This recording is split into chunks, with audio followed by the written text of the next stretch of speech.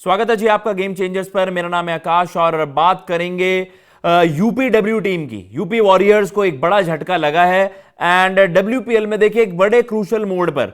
अब जो अगले मैचेस आ रहे हैं, हर एक मैच पर स्टेक्स पर बहुत कुछ है, क्वालिफिकेशन स्टेक पर है और एक एक गेम आपके लिए यहां से क्रूशल हो जाता है। लेकिन जो बड़ा झटका लगा है यूपी वॉरियर्स को और नायर साहब के लिए टेंशन बढ़ गई है कि भाई उनके स्टार प्लेयर, मतलब इस बार अगर इस सीजन की आप बात करोगे तो फीबी लिचफील्ड का जबरदस्त धमाल रहा था यूपी वॉरियर्स की तरफ से। वो ये कि उनकी लीडिंग रन गेटर थी। अगर आप ओवरऑल लिस्ट देखोगे वहां पर भी अगर यूपी की तरफ से वो आपको बैटर्स नजर आएंगे उस लिस्ट में, तो आपको मैग लैनिंग हो गई एंड फीबी लिचफील्ड, उनका एक मेजर कंट्रीब्यूशन रहा। And again UP warriors team struggle कर रही है बॉटम ऑफ द टेबल और उनके लिए दोनों मैचेस जीतना, अगर आपने डायरेक्ट क्वालिफिकेशन सोचना है तो दोनों मैचेस जो रिमेनिंग आपके हैं आरसीबी और दिल्ली के अगेंस्ट, वो आपने जीतने हैं और एक रिजल्ट आपने होप करना है कि वो आपके फेवर में चला जाए। तो इतना कुछ होना था स्टेक पर।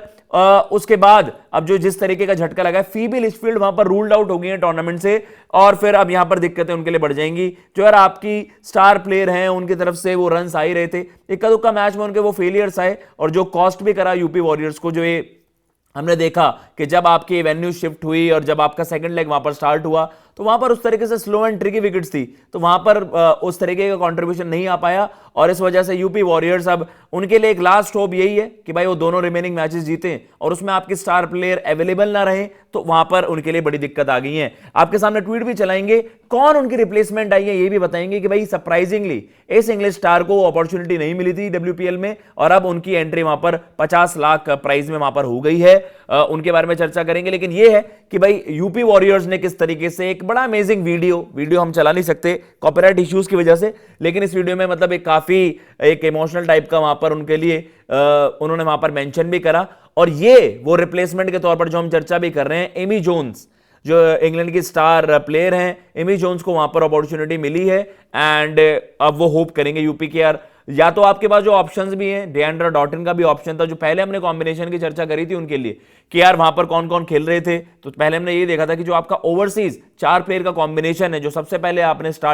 जिस कॉम्बिनेशन के साथ स्टार्ट किया था और सक्सेस नहीं मिली थी, तो वहां पर आपने देखा था कि यार आपके मैग लैनिंग तो है ही, शुरुआत उस तरीके की उनकी भी नहीं थी टूर्नामेंट में, लेकिन फीबी लिचफील्ड एक स्टार प्लेयर है, इस वक्त वुमेन्स क्रिकेट में उनका बड़ा इंपैक्ट है, तो फीबी होगी आपकी, मैग लैनिंग हो गई और शुरुआत में हमने देखा था कि डिएंड्रा डॉटिन वहां पर फीचर कर रही थी एंड देन उनके अलावा आपके पास दुनिया की सबसे best left arm Orthodox spinners में से एक सोफी एक्लेस्टन वहां पर एक और आपकी खिलाड़ी थी। फिर आपने क्या करा था, डिएंड्रा डॉटिन को बाहर कर आपने जो एक और कॉम्बिनेशन वहां पर अपनाया वो ये था कि आप क्लोए ट्रोयन को अपने सेटअप में ले आए थे, लेकिन अब इनके लिए मजबूरी बन गई है। अब लेट्स सी एमी जोन्स को ही वहां पर as it is straight away वहां पर स्क्वाड में इंजेस्ट कर दिया या आपकी प्लेइंग 11 में वहां पर रखा जाएगा या फिर आप डिएंड्रा डॉटिन पर वहां पर भरोसा जताएंगे। अब एमी जोन्स को आप रिप्लेसमेंट के तौर पर लाए हो तो आपको वहां पर यूटिलाइज करना चाहिए, बट वही है यूपी के लिए बहुत ज्यादा दिक्कतें बढ़ गई हैं ना। किरण नवगिरे की तरफ से उस तरीके के कॉन्ट्रीब्यूशन आए हैं, श्वेता सहरावत की तरफ से हमने देखा किस तरीके, श्वेता की तरफ से भी हमने देखा कि किस तरीके की परफॉर्मेंसेस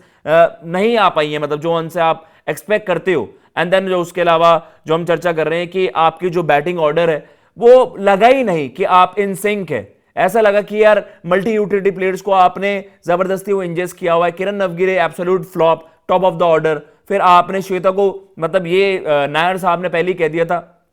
कि हम तो उनको एक अलग यूटिलिटी देना चाहते हैं और मतलब अगर वो थोड़ा सा लोअर ऑर्डर में या फिर आप कह सकते हैं कि वो फिनिशिंग रोल अच्छा निभाएंगी तो फिर वो इंडिया के लिए भी एक अच्छे बैकअप ऑप्शन बन सकती हैं ऋचा घोष की। लेकिन वो ये कि दोनों ही आपके पैंतरे फ्लॉप हुए। हरलीन दियोल ने एक आध पारी अच्छी खेली, लेकिन वही वाली चीज है, वो एक्सप्लोसिव फैक्टर मिस आउट कर रही थी टीम जो हमने बाकी जो टीम्स लीड कर रही है, चाहे आप गुजरात की बात कर लीजिए, आरसीबी के लिए बड़ा जबरदस्त सीजन रहा है, तो वो लैक ऑफ पावर था, लैक ऑफ पावर हिटिंग था और जिसका रीजन ये है कि यूपी वॉरियर स्ट्रगल कर रही है। और क्वालिफिकेशन अब आपके लिए डू और डाई है दोनों मैचेस, आप एक भी मैच हारते हो आप टूर्नामेंट से बाहर हो, अनलाइकली है कि आप क्वालिफाई कर जाओ। मतलब 5 टीमें हैं उसमें आप टॉप 3 में भी क्वालिफाई नहीं कर पा रहे और आपके पास एक अच्छा खासा पर्स था। नायर साहब ने मतलब पूरे अपने पैंतरे लगाए, पूरे दिमाग लगाया और एक स्क्वाड उन्होंने असेंबल करा और ये होपफुल था कि यार मतलब क्या यूपी की किस्मत वहां से बदलेगी, लेकिन ऐसा नहीं हो पाया unfortunately as of now. But क्या यहां से बाजी पलटेगी, क्या एमी जोन्स उस तरीके का इंपैक्ट डाल पाएंगी